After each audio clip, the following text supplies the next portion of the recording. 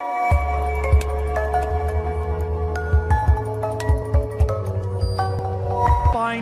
character, the attitude, the confidence, winners. Yes. They just said second half have come, and I thought they competed really well. The last thing I think Newcastle wanted and their fans deserved, which it could have been in the end when Newcastle were pushing forward and United had counter-attacks, they could have scored one or two more.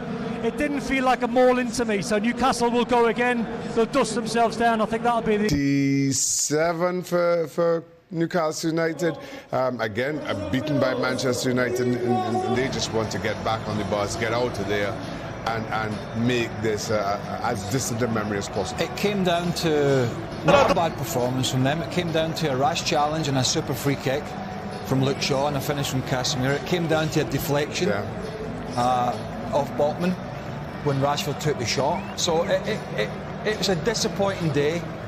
But it's one that you have to just learn from, and you want to get back to Wembley and keep getting back and playing in these big games. But they were tidy, very tidy in the way they approached the game. They played some nice football, but again their Achilles heel was up front, and yeah, they came up against a very resolute and well-organised Manchester United side. I imagine there's nothing anyone can say that makes you feel better. No, at this stage. Absolutely nothing. No, there is no well played, unlucky. You're not even looking at people. No, you're just literally.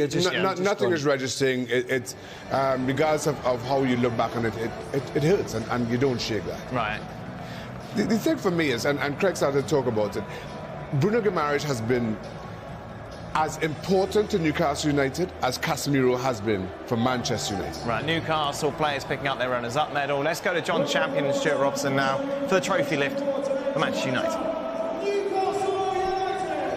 Well, hugely differing emotions for the two sets of players. We've seen Newcastle's trooping forward up the steps rather wearily to receive their commemorative medals as runners-up. But now the team captain and the club captain, Harry Maguire and Bruno Fernandes, lead the winners, Manchester United, forward. The outcome today, the same as the last time these clubs met in a cup final in the FA Cup of 1999 here. 2-0 to Manchester United. That was the second leg of a treble. The most optimistic and hopeful of Manchester United supporters will point to this as possibly the first leg of a quadruple.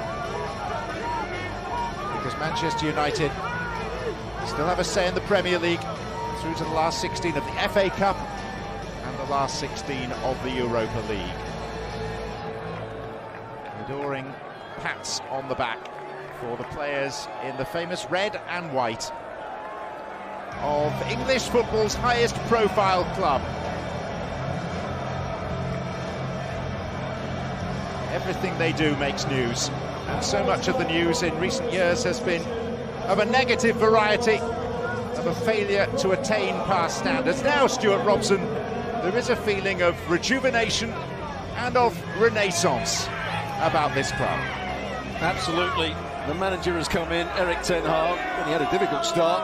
Craig mentioned it, that defeat at Brentford. We thought things weren't going to go particularly well for them this season. But they've brought in some good players, but he's made the players that are at the club better. Rashford wasn't playing well last season, or for a couple of seasons. He now looks a top quality player, scoring goals. You look at some of the other players in the side that have just started to learn more about the game. Fred looks a totally different player. They're playing with confidence, even though they didn't have a lot of the ball today in that second half. You never thought Newcastle were going to get back into it, because Manchester United had a hold on the game.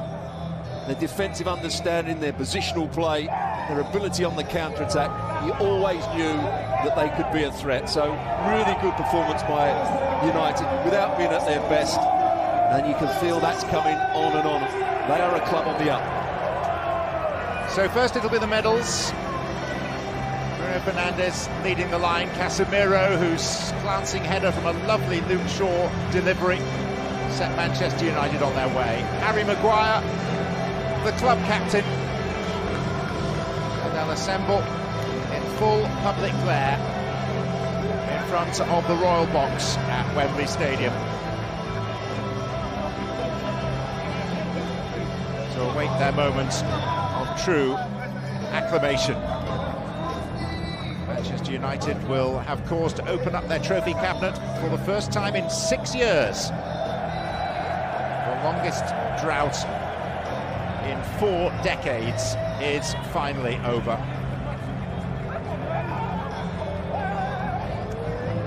So the trophy is lifted from its plinth. Sunday, 26th of February 2023, a glory, glory day for Manchester United.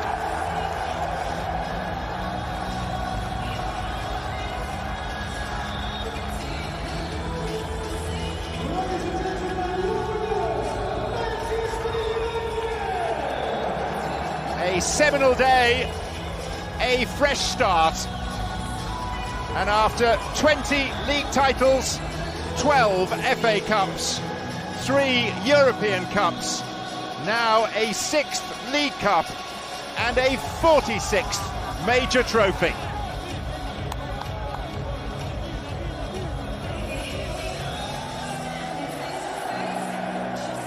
And Stuart Robson, as we watch these celebratory scenes, I wonder start. And after 20 league titles, 12 FA Cups, 3 European Cups, now a 6th League Cup and a 46th major trophy.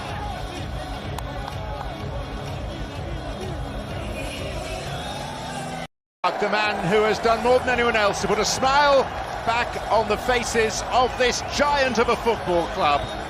Manchester United in the process of regaining their mojo, and Dan, I think it's safe to say they're back in the happy habit of acquiring trophies. It's interesting, isn't it, boys, when you take a look at the lineup of everyone lifting the trophies, of all the mix of experience and youth that's there. You've got Varane, who's won the World Cup, Martinez won the World Cup, Casemiro's won 1 million trophies with Real Madrid, and that kind of proves that it's such an important part, I imagine, in these big matches to have that sort of experience, isn't it? Yeah, and particularly if it still means what it seems to mean to these players. You know what I mean? There's no complaints, there's no... It's the League Cup, which is important, but it's not the most important competition in English football. But yet, I think these players understand that there's been problems at this club. There still are problems to be fixed, but they're certainly on the right path. And that they understand that this breeds a winning mentality. And I think Shaq mentioned it, was one of the differences in the side was that experience today. And listen, the League Cup is a trophy I've described as icing on the cake. It on its own doesn't mean an awful lot. But for both these clubs, for very different reasons, Manchester United just kind of given that drought around major silverware, it feels a whole lot more significant this time around. It feels they build, or could build on their successes. Of course, Manchester United win it. This puts them back in that sphere. And Newcastle, just kind of given the way things have changed over the last 18 months, to get to a final, to compete, to be the better team for a lot of that final, I think you take that and you make the best of it. It says who you are. It says who you can be. And you want to have a good night out after a fight. But you want to sell it. There's nobody left in Newcastle. You want to have that icing on the cake at the end of the day as a celebration. Yeah. Celebration of a win. You don't want to get on the bus or a flight. You go back. You do get 2 performances, or more importantly, 2 results that they've got in the space of 4 days. I think it's a big achievement. And he must can't believe himself. Big Horst. Yeah. He had a good game, good setup. Goal, just a nuisance, wasn't it? I thought he led the line really well in the way he held the ball up, and of course Newcastle United have a very big rear guard themselves, so to engage Newcastle in the way that he did, I thought again played a part. He dropped off the line, picked the ball up, played others in. Greg Horst, it's some story, but he certainly played his part in this fight. And this is the most we've seen Ten Hag smile. Yeah. I think ever.